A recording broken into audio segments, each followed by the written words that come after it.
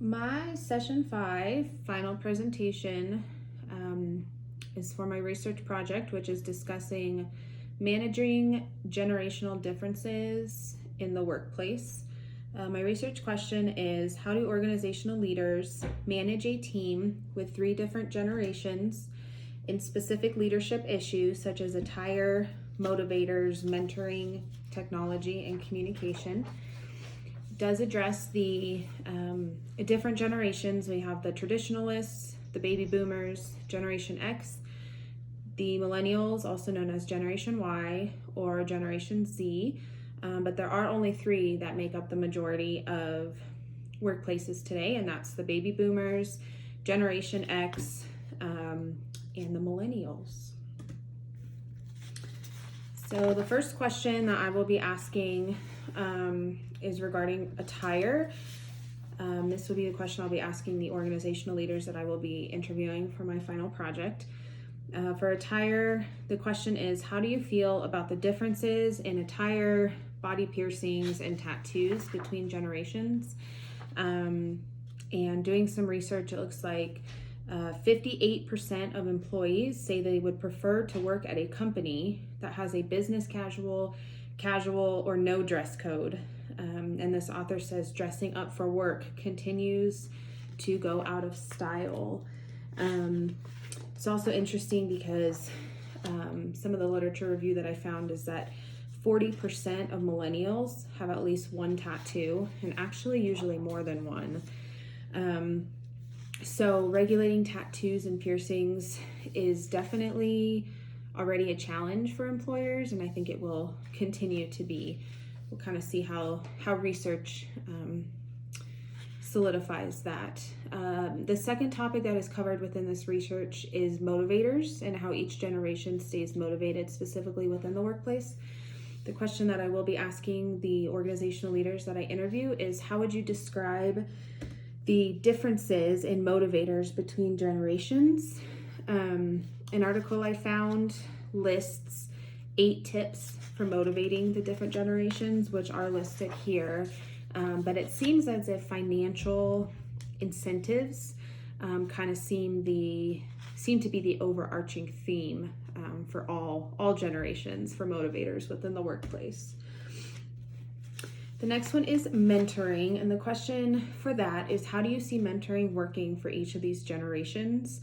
The 2 biggest kind of things here that I found is, don't limit your mentoring options, and make sure you're providing a lot of options and choices for people so that they can kind of decide what mentoring route they want to go.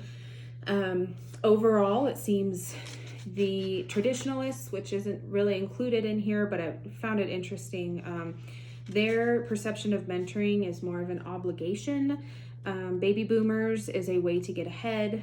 Generation X perceives mentoring as collaboration, and millennials perceive it as learning connections.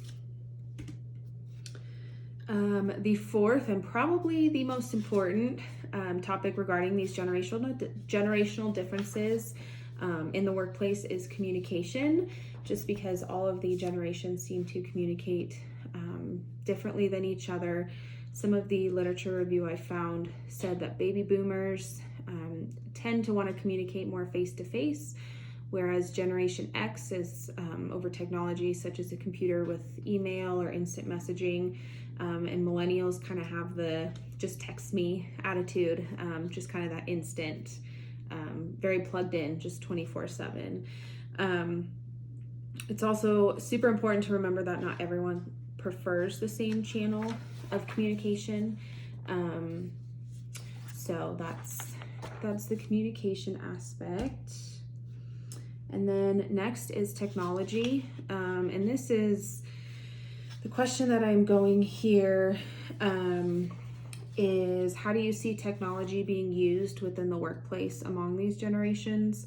The biggest thing here is that there is a huge learning curve, because traditionalists and baby boomers grew up with radios, televisions, and fax machines, whereas now we use computers, cell phones, the internet, and other kind of variation of these technologies. So I'll be interested to see what that learning curve looks like and how that kind of works between the generations. For my methodology, I'm going to take a qualitative, narrative, inductive reasoning with subjective interviews, EDIC route. Also be including a survey research design since I will be interviewing leaders. I will also be using conversational analysis, which is just breaking down the information from the interviews to try to find similarities, differences, and any themes. And then I also do have a few limiting factors, and those include the fact that I will only be interviewing 8 to 10 organizational leaders, and I am only using 3 of the 5 generations because those are the only ones that are currently in the workforce. And then lastly, the biblical worldview. This is really just learning for myself, being a potential future organizational leader, and just remembering that we are called to serve and be servant leaders. Hebrews 6:10 says, God is not unjust. He will not forget your work and the love you have shown him as you have helped his people and continue to help them. So it really is just about doing the Lord's work and being a servant leader to those around you, especially in the workplace. So, and then my references, but I am looking forward to actually doing the research and interviewing organizational leaders and kind of seeing how it matches up with a literature review that I have found.